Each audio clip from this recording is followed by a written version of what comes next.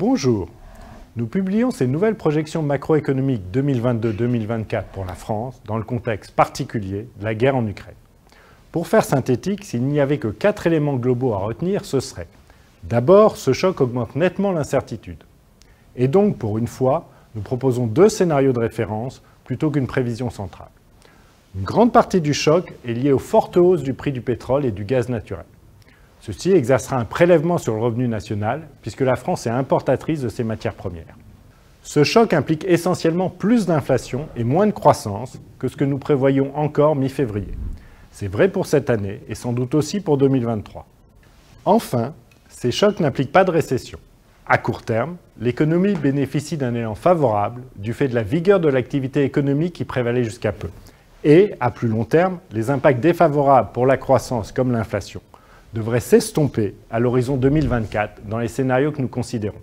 Je laisse maintenant les prévisions étant un travail d'équipe, deux de mes collègues mettre en avant quelques éléments forts spécifiques à l'inflation et à la croissance.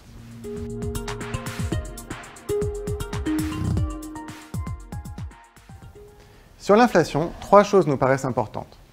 L'inflation était déjà forte en début d'année parce que la reprise post-Covid s'est accompagnée de tensions sur les approvisionnements et sur les prix de l'énergie.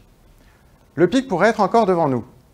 Dans nos 2 scénarios, l'inflation serait élevée en moyenne en 2022 et peut-être encore en 2023 dans notre scénario dégradé, comme le montre le graphique qui s'affiche. C'est largement à cause de la composante énergétique, même si cela serait atténué par le bouclier tarifaire. À plus long terme, nous pensons toujours que l'inflation hors énergie et alimentation s'ancrera sur un rythme proche de 2%, plus élevé que dans les années pré-Covid, mais voisin de celui de la décennie 2000 et de l'objectif de la politique monétaire.